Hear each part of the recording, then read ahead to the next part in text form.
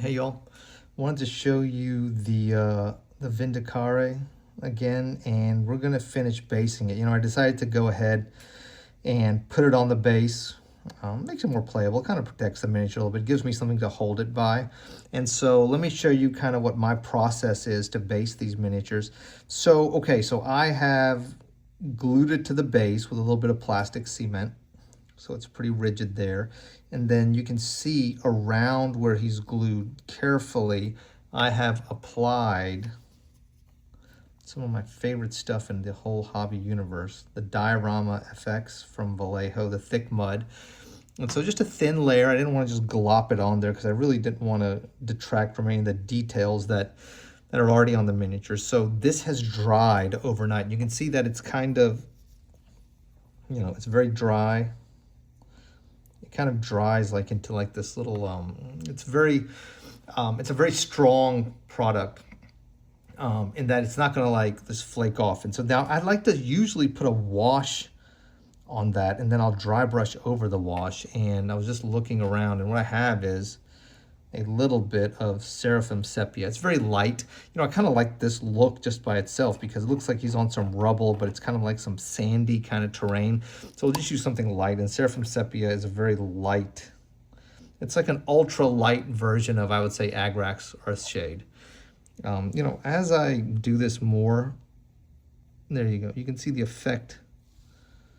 Just a little bit of a wash. As I do this more, you know, I use fewer and fewer washes. So I almost never use null oil anymore. I mean, you know, of course, it's a great product, but you know, as the years have gone by, I appreciate kind of the vividness. You can see I'm just carefully applying it. It's a very light kind of product, very light wash. And so just, there you go. So it's done. So we've lightly applied it. And what it's gonna do, like any wash, it's gonna find its way into the recesses and provide like a little bit of contrast, a little bit of shade, a little bit of effect. And the other thing I like to do is, you know, because it's such a important miniature for me, I'd like to finish the edge of the base. And so we can clean that up. And I've got, what is this? The dark gray. We've used this a little bit in a few other miniatures, but let's just, you know, dump out a little bit. And we'll just, I've got the brush wet already, nice and supple. So we'll just finish out with that. I'm just holding it from the top and bottom. And voila. Actually, this dark gray is a great color. It's not quite black, you know, so sometimes you can't tell, did you finish it? Did you not finish it? But the fact that it's a nice gray color, you can tell, hey, look, this is finished.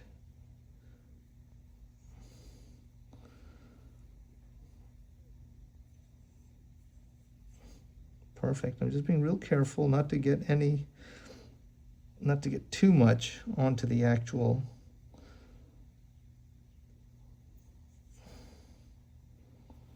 there we go. Obviously not on the actual miniature, but also not on the actual base itself. And it leaked over a little bit. That's okay. We have a little, that kind of creates a cool effect. So, okay, so we are there. So we're gonna let that dry. And all I'm gonna do to finish this is probably dry brush it with something, with anything. I can do something light like the sky gray, great color. We could do something like the bone or anything. We'll just see kind of what it looks like and how it feels. But yeah, that's it so far. So that's the Vindicare. We're making big progress on that. This is about to be done. Yeah, I like the way that gray kind of finished it out. Let that dry. And whenever I do the edges, I like to just glob on the paint. So make sure it's like nice and thick, because sometimes like some of the residue from the basing material can kind of mess up the texture of the paint. Okay, so that's that. And then I'll show you all the final product, maybe in a YouTube short. Thank y'all for watching.